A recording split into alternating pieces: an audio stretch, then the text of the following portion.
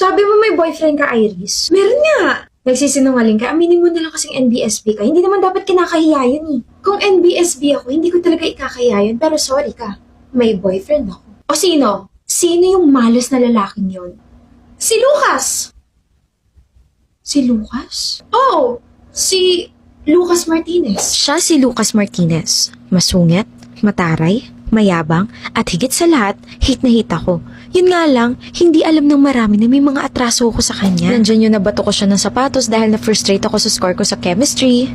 Meron naman sa sobrang saya ko, tumama yung kamay ko sa leeg niya nang hindi sinasadya. At ang pinakamalala ay natapilok ako, tumama yung kamay ko sa phone niya at nabasag ko yun. Pinatulan ka? Ni Lucas? Nakaka-offend ka. Ako kaya yung pumatol sa kanya. Hinabol niya ako tapos... Sino humabol sa'yo? Lucas! Hinabol mo raw siya. Halika! Usap tayo. Narinig mo lahat? Oo, nasa likod niyo ako eh. Ano ulit yung sinabi mo? Girlfriend kita? Pinatulang kita? Hinabol kita? Sigurado ka ba ako yun? Alam kong marami akong atraso sa'yo pero... Sino ka ba? Mabuti yan. Hindi mo ako kilala. Kilala na kita. Tinamaan mo ko ng sapatos, tinamaan mo ko sa leeg at binasag mo yung phone ko. Ikaw yun. Correction, natamaan, hindi tinamaan. Nabasag, hindi binasag. Not intentional lahat ng mga yun. Ginawa mo pa rin. Nagawa, hindi ginawa. So ano gusto mo mangyari? Huge favor. Ayoko. Lucas, I promise, I will let you break up with me. Ano? Just pretend to be my boyfriend for months. Bakit naman ako papayag sa gusto mo? Kasi gusto talaga kita. Gusto maging, peace, prosperity, kapit-bisig. Ano makukuha ko dyan sa gusto mo? Name it. Bayaran mo tuition ko. Don't name it. Like, never mind. Ako na lang yung magsasabi, okay? Ang makukuha mo, extra fame and extra sauce. Imagine, papatal ka sa isang nobody. Like, masasabi ng mga tao na, bait naman ni Lucas, pumapatol sa hindi niya ka-level. Mababansagan kang, gwapo na, mabait pa. Aray, grabe yun ah. So payag ka na? Do whatever you want.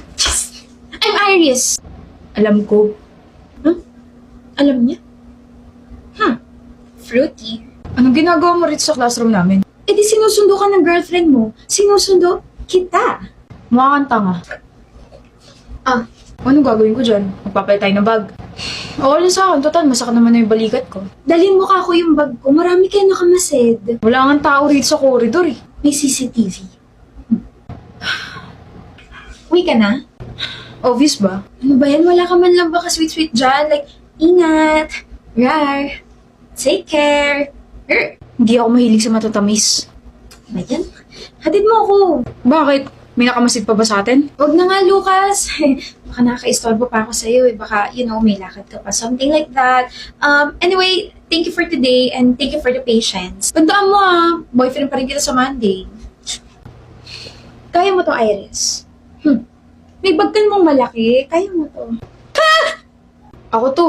Pwede mo naman kasi akong tawagin. Naiwan mo kasi yung paper bag mo.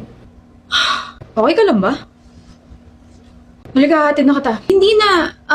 Sa school lang naman valid yung deal natin eh. I insist. Pares din naman tayo ng way. Okay.